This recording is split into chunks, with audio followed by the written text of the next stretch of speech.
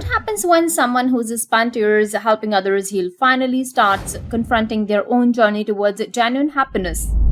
That's the central question driving Shrinking Season 3.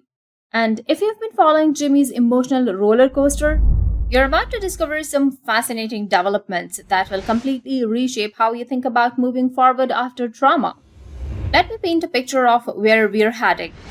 Jimmy has done the hard work of grieving his wife's death and finding forgiveness for the drunk driver who shattered his world. But here is where things get really interesting. Learning to move on is an entirely different challenge that requires a completely new set of emotional skills. Think of it like learning to walk again after a serious injury. The physical healing might be complete, but rebuilding confidence to make those first steps requires tremendous courage. The beauty of this upcoming season lies in how it explores what moving forward actually looks like for each character in Jimmy's orbit.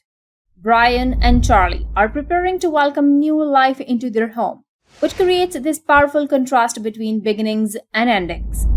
Meanwhile, Paul faces the reality of his worsening condition, forcing him to confront his own morality while continuing to guide others through their struggles.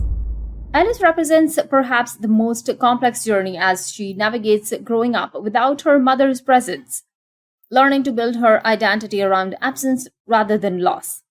What makes this particularly compelling is how the show refuses to offer simple solutions. Jimmy's potential new romantic relationship isn't presented as a magic cure for his grief, but rather as another complex layer in his healing process. The writers understand that moving forward doesn't mean forgetting the past or pretending pain never existed.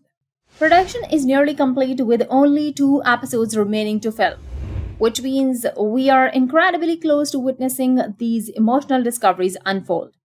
Jason Segel, Harrison Ford, and the entire ensemble cast are returning to continue exploring these deeply human questions about resilience, growth, and the courage required to embrace hope after devastation.